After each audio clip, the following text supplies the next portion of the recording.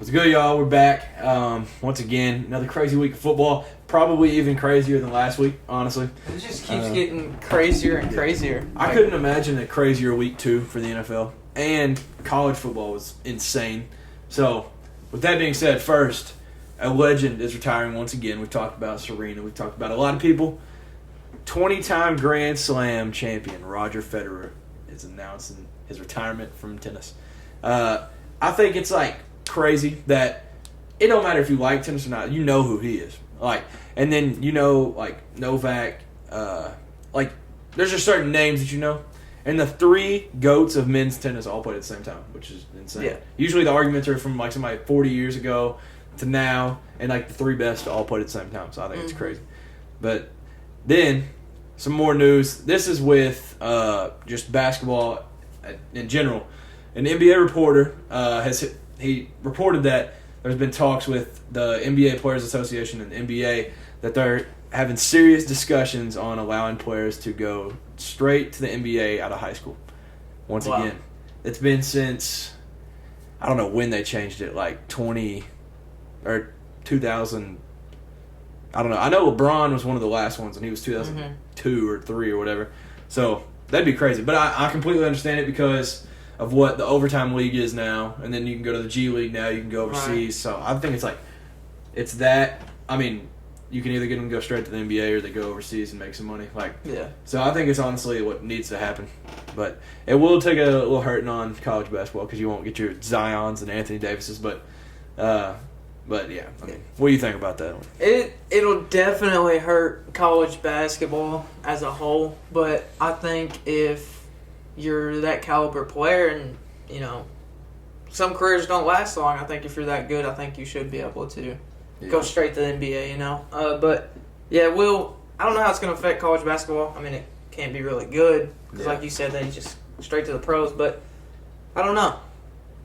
Yeah, we'll see. I mean, I feel like it'll be good and bad because we won't be losing players to Lithuania anymore. But so certain schools won't get the number 1 recruits anymore. Right. But I also don't understand the risk of taking players out of high school completely because I've heard people use Scal at Libissiere as an example. He was the number 1 player in his class, or number 1 or number 2 in 2015 or 16.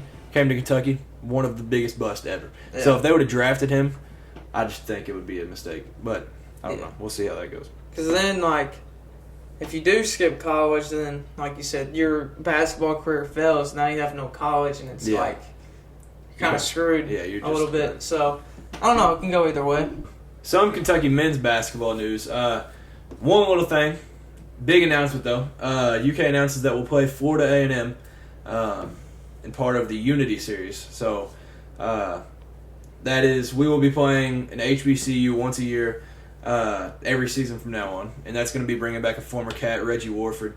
He was the first black basketball player to graduate from the University of Kentucky. So I think it's kind of cool that he's the first guy that we're bringing back. But yeah, I think it's a cool idea, Unity Series. I mean, Cal is big. With all the stuff going on a couple summers ago, Cal was one of the first college basketball coaches to have his team go walk out and George Floyd stuff. Mm-hmm. So I think it's understandable that he was one of the first to start this type of series. But yeah, I think HBCU is just awesome. It's great. It's awesome history with what Jackson State is in football. Florida A&M, LeBron does stuff with them. So I think it's a really cool thing for Kentucky basketball to do, honestly. Yeah. All right, a little Tennessee basketball. Not a lot of news, but some pretty cool news. Chris Lofton, I'm sure some of y'all remember him. Jersey's being retired. January 14th, I believe, of 2023. So when we play the Cats on that day. So they'll be doing his jersey retirement then. I think it's just deserved. Probably. Oh, yeah, well deserved. Kind of a Tennessee basketball legend, really. Yeah, for sure. Like I said, NFL was crazy, but some unfortunate news, especially for 49ers fans. Trey Lance is out for the season.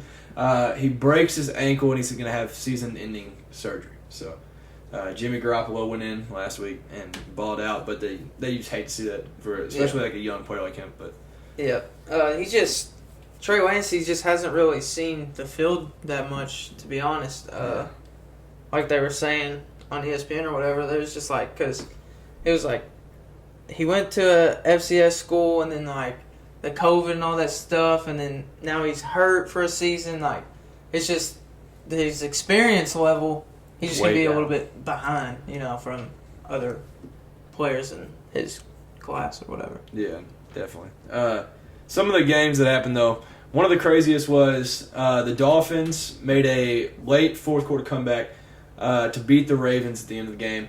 Y'all would have to look it up for yourself. I can't just put the whole game on here, but literally the whole fourth quarter was just a comeback. Definition of a choke from the Ravens. 2 or 3 for what? 460-some yards, something insane. 6 touchdowns. Yeah. Tua went off. Tyreek Hill went off. Crazy game. Y'all got to look that up. But yeah, so the Dolphins beat the Ravens at the end of the game, though. Yep. All right, my Cowboys, man. We beat the Bengals.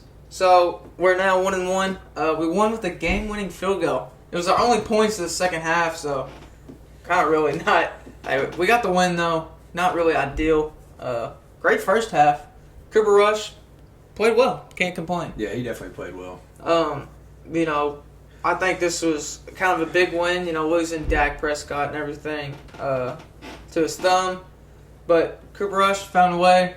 We got the win. Made it happen. Yep. And then probably, in my opinion, the craziest game of the weekend, the Cardinals played at the Raiders.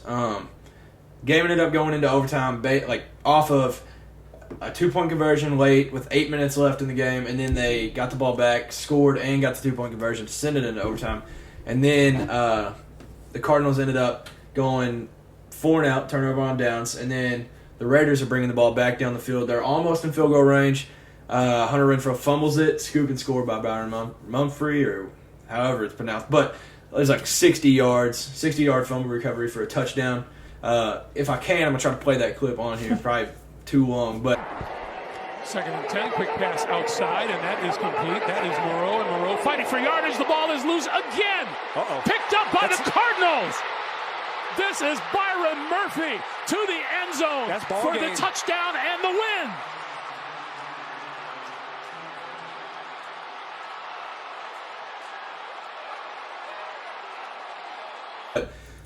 Yeah, that was insane. He fumbled twice. Yeah. Because they got it back the first time and then the scoop and score the second time. But crazy game. It was insane. And y'all probably seen the play. Kyler Murray, 22nd 2-point conversion. And then the last 2 plays, the touchdown to tie it, he ran it in, the 2-point conversion, threw an absolute dime to A.J. Green in the back of the end zone. So, yeah, it was insane. Kyler Murray played outstanding, in my opinion. He's definitely been watching film. All right, so the next game, there was tons of crazy games over the weekend. Jets and Browns. The Browns blow a 13-point lead in the final 2 minutes of the game. Yeah. The Jets onside kick it. They get it, go down, score, ball game. So it's crazy. Because, it was kind of like controversial. People think Nick Chubb should have fell down instead of scoring there at the end. But still, at that point, you think, 13 points. They're not coming back. Yeah. 2 minutes left. But next thing you know, 31-30. It was crazy. Yeah. So, straight into college football. First thing, 3 games into his 5th season at Arizona State, Herm Edwards is fired. Did you see how he was fired, though? No, I did not see how he was fired. He was fired on the field after the game. Oh, nice. They didn't even wait on any press conference, anything. They fired him instantly right after the game. They lost to Eastern Michigan, so I understand some anger. But yeah, I think he had done all right. Like, he had some big wins, but he also had some really bad losses. But I think you need to wait until, maybe. So he didn't get back to the locker room? It was just, as soon as the game ended, somebody just came up to him and was like, hey. The president and the athletic director went up to him on the field and told him. Wow. Yeah, that's sad. I mean, what do you tell your players when you get back, to the locker room? I don't know. Maybe I'm not going to be coaching you anymore. Yeah. Maybe you should let them find out on their own. I don't know. Check Twitter after. Check Twitter. This was a surprising game to me because I've been high on Mississippi State this whole time. Will Rogers is slept on. The Bulldogs are slept on. But they go into Death Valley to play LSU, and they lose 31-16. So the Tigers, they looked good last week, hung like 1,000 points on Southern, and then now they play Mississippi State, first SEC game, and they look good. I ain't gonna lie. So at half, I think it might have been 16-16 or something. Yeah, I think it was close at half. Yeah, it was pretty close. So I was surprised to see that in the end, but yeah, maybe Brian Kelly, maybe it's gonna work out for him. So some of our picks from last week, kind of just whatever the best games were. College game day was, for the first time ever, in Boone, North Carolina. Appalachian State versus Troy. So yeah, App State was a 13-point favorite. We had chose, our picks were, mine was 48-20. So I had App State big. You had 35-10. You also had App State big. Yeah. And it ends in a Hail Mary. To win the game, 53-yard throw from Chase Bryce to get the Mountaineers the win, 32-28. Yeah, that was insane. I'll try to play that clip too because that's something you got to see. Receiver not sure where he needs to be lined up. Robinson in motion slot. Here's Bryce. Rolling out. Time to heave it deep. Throws it shy of the goal line, and that ball is tipped around and caught. Wow! Oh, that's a touchdown! Wow! Mountaineers win it! Mountaineers win it! Deflection, are you kidding me? Wow! Because it wasn't like a normal Hail Mary. Like nobody just caught it and fell down in the end zone. Yeah. It was like short. He tipped it forward, caught it, looped around. Like it was something crazy. But Chase Bryce was 22 of 34 with 278 yards and 2 touchdowns. So he balled out. Yeah. And then right after the game, he ran over to the side, helped the fans get down, storm the field. So I think it was really cool. Then number 20 went to Ole Miss, number 20 Ole Miss went to Georgia Tech. This was a game we both thought wouldn't be very close. Ole Miss was a 16-point favorite. I said 38-20. You said 38-14. Ole Miss wins 42-0. Yeah, defense shows out while they were being doubted. But, well, side note, no passing touchdowns for Ole Miss. Wow. That's the opposite of last year. I was about to say, literally last year was complete opposite of that. Yeah.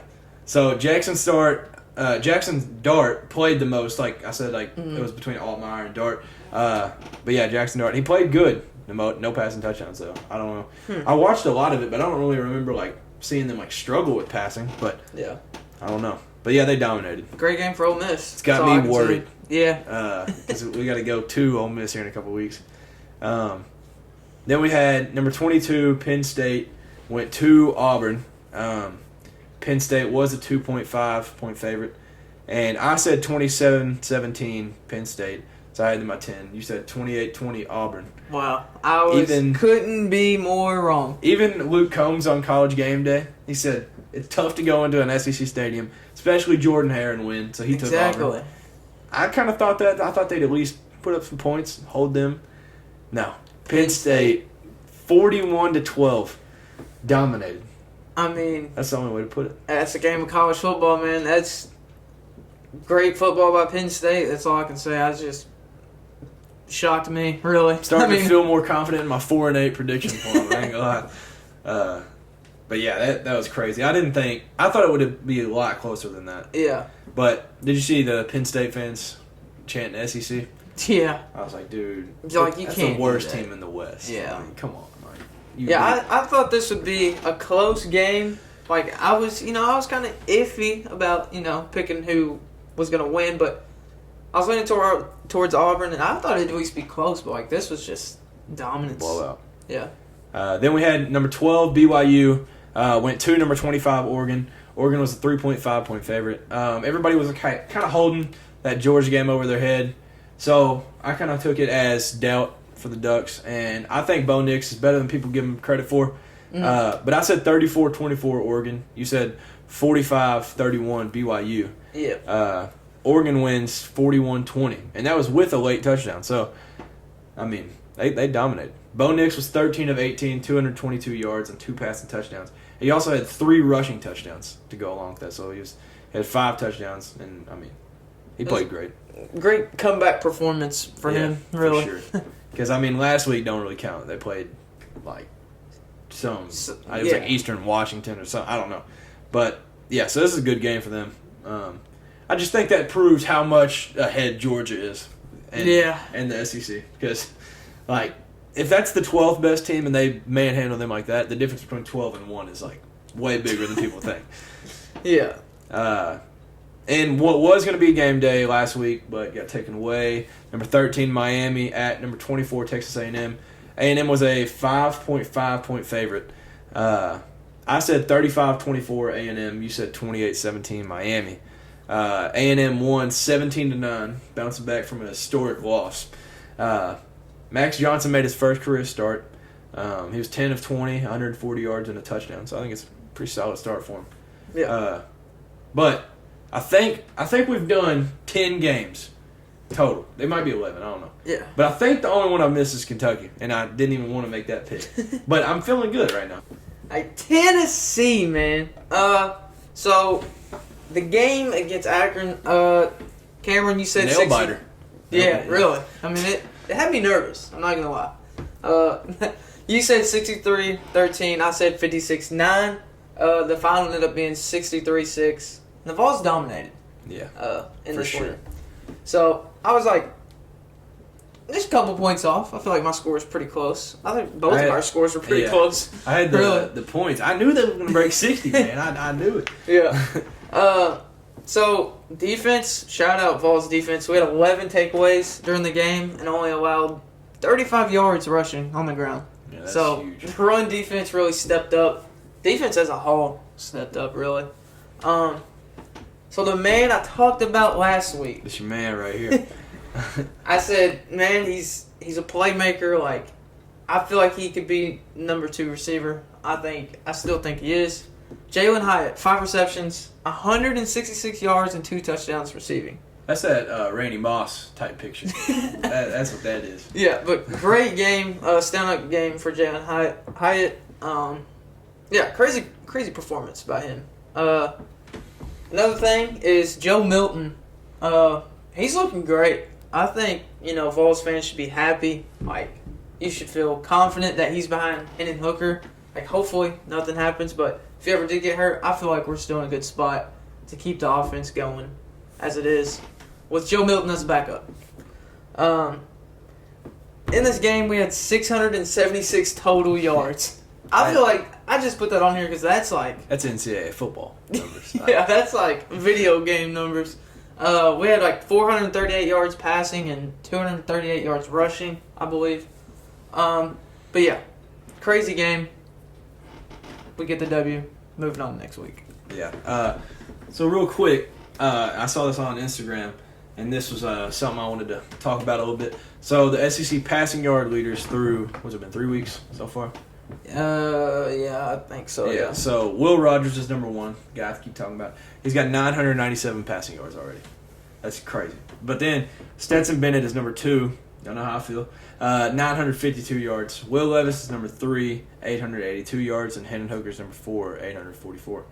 So that's all ahead of KJ Jefferson, Spencer Rattler, Bryce Young.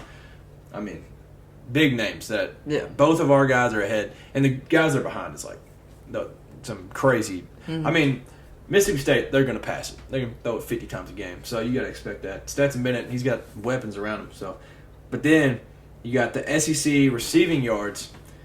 2 Vols in the top 5. All Let's right. go. One's at 3, one's at 5. Who do you think it is? Tillman at 5. No, Tillman at 3. Hyatt at 5. Hey, flip it. And then, Flip it? Dang, I knew it. I was saying it at first. Jalen Hyatt, he's got 267 yards. And Tillman's got 246. And what's crazy is Dane Key, true freshman for Kentucky's number 8 on this list, with 226 yards. True freshman, look at him. But then SEC rushing yards, Jalen Wright from the Vols is 8th, and he's got 231. Nobody from Kentucky's on here because we ran 5 running backs a game. And we run it like 20 yards total. Hey, y'all share the rock, man. Hey, but everybody eats. Yeah. Shoot, yes. No, it'll be a lot better once C-Rod's back because it'll open up the field a lot more. But, yeah, so I think that's dope because even that's got quarterbacks on here, running back, and Jalen Wright. I mean, being in that high-powered like passing offense, that offense is as a whole. Like you said, 676 total yards. Yeah. I mean, yeah, that just speaks for what Heupel's done under the ball so far. But lastly, for this past week, Kentucky played at home against Youngstown State. My prediction was 48-10. Yours was 41-13. And we ended up winning 31-0, which was our first shutout since 2009. So that's crazy. That was also our first win as a top 10 team since 1977. Because when we were ranked top 10 in 2007, we lost the first game. Yeah. So that's crazy. But like I said, Dan Key, true freshman, going crazy. He's tied the record for the most freshman touchdowns in a season, which was 3, and he's done it in 3 games. So it's just insane. But the Ole Miss game got announced today. It's a noon game. Oof. So basically what they said is this game is worse than LSU and Auburn. No way. Yeah, I don't know. But their names are bigger. I'll give them that. But I like it and I hate it because for Kentucky fans, tailgate at the Grove, that's awesome. You don't really get to do that with a noon game. But for Kentucky's chances of winning, I think it's better at noon because if you get 7 o'clock Ole Miss fans, like drunk, crazy. I mean, I just think it's better for us to have a chance to win this game. And I don't remember if I said it in the last pod. Chris Rodriguez will be back for that game. That got announced like sometime in the last week. But they announced what had happened that had him suspended. So what it was is way less than what people thought because I had heard like a lot of crazy rumors. Yeah. But he was suspended because he was with a group of players that was hired on by UK Healthcare. Mm-hmm. And the group of players were told that they were gonna make money. Yeah. But not be forced to work. And so with some type of rule, it broke it in the NCAA, mixed with the school, had him sitting for 4 games. So wow. It's not I guess it's a big deal, but I wonder why they waited so long to I don't know. Share that information. I have no idea. But I just I don't know. People thought he was killed somebody and I was like, dude, what if this stuff's real? Yeah. This is just way less than I thought. I mean, I guess sit in 4 games, whatever. But yeah, he'll be back for Ole Miss. Huge get back for the Cats. Yeah, that'll be huge because we'll have at Tennessee and home against Georgia after he's back. Yep. So he'll have fresh legs at Ole Miss too. So that'll be huge. But some of the picks for week 4. This is a whole lot better week than last week because last week it was tough to make picks. There were good games, but first we've got number 5 Clemson at number 21 Wake Forest. Clemson is a 7-point favorite. Who you got in that one? I said Wake Forest. I just really don't think. I like the pick though. I ain't gonna lie. But Wake Forest, they just impressed me over the past couple seasons. Clemson, I just feel like they don't got it no more. You know what I mean? 31-23, Wake Forest. That's my pick. I can see it. See, this was a tough game for me because I thought this was honestly going to be game day because I wanted it to be at Tennessee. But I was like, they might get to this just because it's Clemson. But I'm taking Clemson 34-27. I think they get it done. Not a blowout. I think they just meet the spread. Mm-hmm. But, yeah, I can go either way with that one because Wake Forest got a crazy offense. You know that game's going to be crazy. But, yeah, I'm hyped for that one. Can't wait to watch that one. Next, we've got number 10, Arkansas, at number 23, Texas A&M. A&M is a 2.5-point favorite. So, in that one, I've got A&M 27-20. So, I think they also, get a little win, but I don't think it's anything crazy. Arkansas disappointed me last week when they played Missouri State so close. Yes. So, I think A&M will get this one as well, especially being at home. Yeah, that's how I'm feeling. Arkansas, not really impressed with how they played. But I'm saying this is kind of a gamble, I guess. But I'm having Texas A&M winning 38-24 by 2 touchdowns. I think Texas A&M's trying to get back. You know what I mean? Suffering a tough loss earlier this season, but I feel like they're trying to get it all figured out and get better to Texas A&M football. Yeah. Next is number 15, Oregon at Washington State. Washington State is obviously unranked, but they beat Wisconsin at Wisconsin 2 weeks ago. And, I just think it'll be a decent game. Oregon's a 6-point favorite. I'll take the Ducks in this one, 44-31. I don't think it's going to be a blowout or anything, just because I think Washington State, they deserve some respect. But what you got now? I got the Ducks as well. I have them just right under the 6 points. 45-41, going Ducks. Then we've got the Cats, man. So, number 8, Kentucky. Feels good to say that, but home against Northern Illinois, a MAC team that's honestly a sleeper team. I think it's like somewhat of a trap game. It's just put in a weird spot right before a big game. But the Cats are a 25.5 point favorite. So I will take us, this is what I hope happens, 41-10. I hope we cover the spread. Defense played great last week. I hope we get some things rolling offensively this week. It was a slow start whenever we played Youngstown State, but 41-10 for me, Kentucky. What do you got? I got Kentucky as well, 31-10. Honestly, I thought y'all would put up more points than you did against Youngstown State. So, I have y'all scoring 31 in this game, but I still think y'all come away with a dub. Pretty big dub, so. And then, lastly, we've got College Game Day, which is, when was the last time it was at Tennessee? I believe, was it at Florida 2016? Is that Dobbs and... Yep, Dobbs, Kamara, everybody. I don't know, but hey, Tennessee, we're 3-0. Okay, that's the first time I think since 2016. Yeah, and I think that's the year we beat Florida. 2016, Vols rallied from a 21-0 deficit to beat 19th ranked Florida. Yes, 38-28. Josh Dobbs accounting 5 touchdowns. Yeah, so. Yeah, I thought it had even been longer than that, honestly. Crazy. So we're ranked 11th, 3-0. Hopefully be 4-0. Like I said, 3-0 first time since 2016. What a year, 2016. We beat Florida and Georgia in the same year. And so it was just a good year of life. Basically, yeah. We beat Louisville, or it might have been 2017, but when Lamar was there. So yeah, a solid year. Just a great all-around year for both of us. Tennessee, 11-point favorite. I don't know if you said that yet or not. But who you got? I'll take the Vols, and I'll take the Vols big. 42-24 is my prediction. I think Tennessee easily throws up some points. And Florida's good. They're just a little bit overrated to me. Mm-hmm. I think this game completely knocks them out of the top 25, and the Vols win by, what is that? Is that 18? Something like that. I don't know. But, yeah, so that's my prediction. Sweet. All right, so it's kind of funny. We were doing our predictions earlier, and we do them without looking at each other's predictions. So we just both write them down or say them or whatever. Yeah. And we had the same score. It's kind of wild. Yeah, it was insane. I'm going Vols 42-24 as well.